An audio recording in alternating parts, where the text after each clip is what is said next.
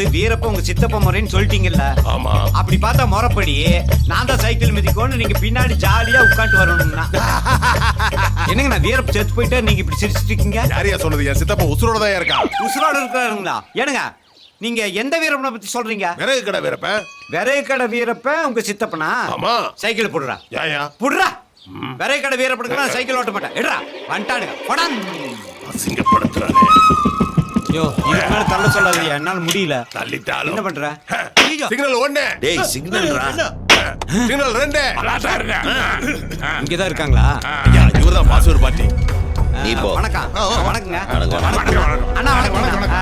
இந்த 4 ரவுடிகளையும் நான் எதுக்கு பார்க்க வந்து தெரியுங்களா? ஏய், நாங்க ரவுடின்னு உனக்கு எப்படியே தெரியும்? அதாவது நீங்க 4 பேருமா சேர்ந்து போலீஸ் ஸ்டேஷனுக்குள்ள போய் டேபிள் எல்லாம் கவுத்து போட்டு அங்கிருந்த மாமூல் பணத்தை எல்லாம் அப்படியே அள்ளிட்டு போயிட்டீங்களாமே நான் கேள்விப்பட்டேங்க.